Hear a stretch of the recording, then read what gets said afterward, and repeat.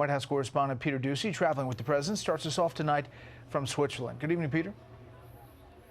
Good evening, Brett. The world's two biggest nuclear powers got together and agreed to send ambassadors back to each other's countries. And that's about the only tangible thing that came out of this much-hyped summit that only wound up lasting about 3 hours and 15 minutes, even though White House officials had us bracing for a meeting that could go 4 or 5 hours or longer. It was kind of after 2 hours there, we looked at each other like, okay, what next? Next comes a wait. We'll find out within the next 6 months to a year whether or not we actually have a strategic dialogue that matters. On cybersecurity, President Biden says he gave Putin a 16-item do not hack list. I talked about the proposition that certain critical infrastructure should be off limits to attack, period, by cyber or any other means. Putin alleges that's misplaced. But as for American sources, they've said that most of the cyber attacks in the world are carried out from the cyber realm of the United States. The president says he did not threaten retribution for ransomware, but posed an interesting question. I said, well, how would you feel if ransomware took on the pipelines from your oil fields? He said it would matter.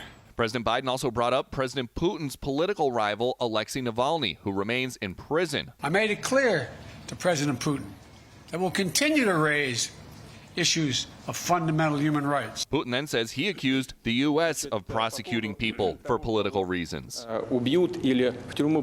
As for who is killing whom or throwing whom in jail, people came to the U.S. Congress with political demands. 400 people, over 400 people had criminal charges placed on them. They face prison sentences. Apples and oranges, according to Biden. But I think that's a ridiculous comparison. Apparently, the two got along well enough. The tone of the entire meetings, I guess it was a total of 4 hours, was good, positive. And Putin complimented Biden as a statesman. I'd say he's very constructive. He's very balanced, just the way that I expected. He's very experienced. You can tell that at first glance. But tensions will remain. This is not a kumbaya moment, as they used to say back in the 60s in the United States, like, let's hug and love each other.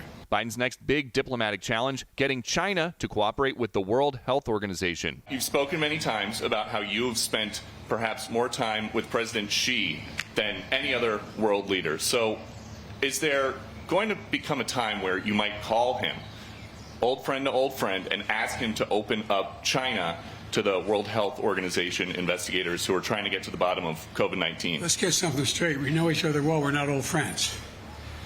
It's just pure business. That might be news to President Xi, because when Biden visited China as vice president a few years ago, he spoke fondly in formal remarks about his friendship with Xi. And Xi reciprocated, telling Biden, "Let me again warmly welcome you to China, my old friend." Brett? Peter Doocy in Geneva. Peter, thank you.